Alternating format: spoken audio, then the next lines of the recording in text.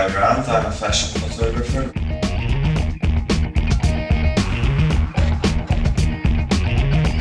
I was a DOP for commercials before I started doing photography. So I decided to be a fashion photographer. Of course, it wasn't that easy. You don't say, I'm a fashion photographer.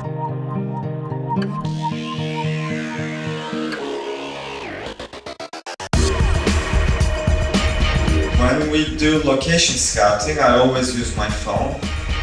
I mostly shoot wide angle when I do fashion shoots.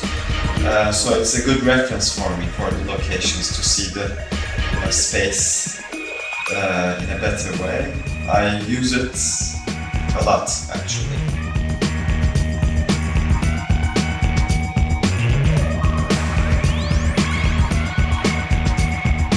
Photographically, I like more clean and we say clean cut, like, everything is minimal.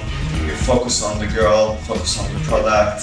It has to be really clean and straight to the point.